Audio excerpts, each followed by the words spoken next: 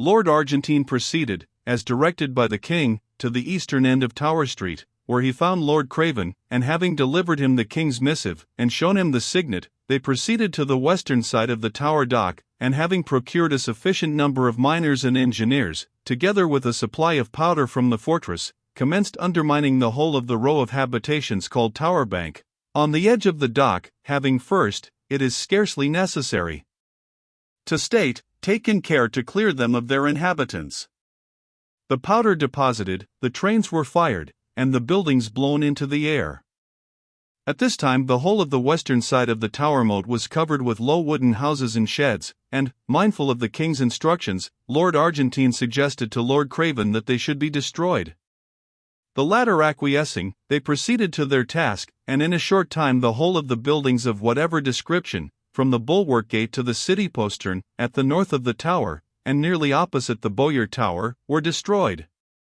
Long before this was accomplished they were joined by the Duke of York, who lent his utmost assistance to the task, and when night came on, a clear space of at least 100 yards in depth had been formed between the ancient fortress and the danger with which it was threatened. Meantime the conflagration continued to rage with unabated fury. It burned throughout the whole of Monday night, and having destroyed St. Paul's, as before related, poured down Ludgate Hill, consuming all in its way, and, crossing Fleet Bridge, commenced its ravages upon the great thoroughfare adjoining it. On Tuesday an immense tract was on fire. All Fleet Street, as far as the Inner Temple, Ludgate Hill, and the whole of the city eastwards, along the banks of the Thames, up to the Tower Dock, where the devastation was checked by the vast gap of houses demolished, were in flames. From thence the boundary of the fire extended to the end of Mark Lane, Lime Street, and Leadenhall, the strong walls of which resisted its fury. Ascending again by the Standard on Cornhill, Threadneedle Street, and Austin Friars, it embraced Draper's Hall, and the whole mass of buildings to the west of Throgmorton Street. It next proceeded to the then new buildings behind St. Margaret's, Lothbury, and so on westward to the upper end of Cateaton Street, whence it spread to the second postern in London Wall, and destroying the ramparts and suburbs as far as Cripplegate, consumed Little Wood Street, Mungwell Street, and the whole of the city wall on the west as far as Aldersgate. Passing a little to the north of St. Sepulchre's, which it destroyed, it crossed Holborn Bridge, and ascending St. Andrew's Hill, past the end of Shoe Lane, and so on to the end of Fetter Lane. The whole of the buildings contained within this boundary were now on fire, and burning with terrific fury. And so they continued till the middle of Wednesday, when the wind abating, and an immense quantity of houses being demolished according to Lord Argentine's plan, the conflagration was got under, and though it broke out in several places after that time, little mischief was done, and it may be said to have ceased on the middle of that day. On Saturday morning in that week, soon after daybreak, a young man, plainly yet richly attired in the habiliments then worn by persons of high rank, took his way over the smouldering heaps of rubbish, and along the ranks of ruined and blackened walls denoting the habitations that had once constituted Fleet Street.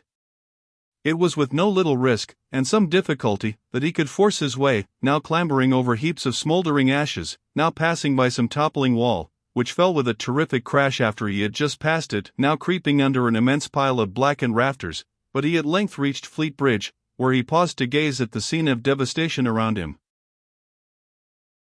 It was indeed a melancholy sight, and drew tears to his eyes. The ravages of the fire were almost inconceivable. Great beams were burnt to charcoal, stones calcined, and as white as snow, and such walls and towers as were left standing were so damaged that their instant fall was to be expected. The very water in the wells and fountains was boiling, and even the muddy Fleet sent forth a hot steam. The fire still lingered in the lower parts of many habitations, especially where wine, spirits, or inflammable goods had been kept, and these viragos of subterranean cellars, as Evelyn terms them, still emitted flames, together with a prodigious smoke and stench. Undismayed by the dangers of the path he had to traverse, the young man ascended Ludgate Hill, still encountering the same devastation, and passing through the ruined gateway, the end of which remained perfect, approached what had once been St. Paul's Cathedral. Mounting a heap of rubbish at the end of Ludgate Street, he gazed at the mighty ruin, which looked more like the remains of a city than those of a single edifice. The solid walls and buttresses were split and rent asunder, enormous stones were splintered and calcined by the heat, and vast flakes having scaled from off the pillars, gave them a hoary and almost ghostly appearance. Its enormous extent was now for the first time clearly seen, and, strange to say, it looked twice as large in ruins as when entire. The central tower was still standing, but chipped, broken, and calcined, like the rest of the structure, by the vehement heat of the flames. Part of the roof, in its fall, broke through the solid floor of the choir, which was of immense thickness, into St. Faith's, and destroyed the magazine of books and paper deposited there by the booksellers. The portico, erected by Inigo Jones, and which found so much favor in Evelyn's eyes, that he describes it as comparable to any in Europe, and particularly deplores its loss, shared the fate of the rest of the building, the only part left uninjured being the architrave, the inscription on which was undefaced. Having satiated himself with this sad but striking prospect, the young man, with some toil and trouble, crossed the churchyard, and gained Cheapside, where a yet more terrific scene of devastation than that which he had previously witnessed burst upon him. On the right of London Bridge, which he could discern through the chasms of the houses, and almost to the tower, were nothing but ruins, while a similar waste lay on the left.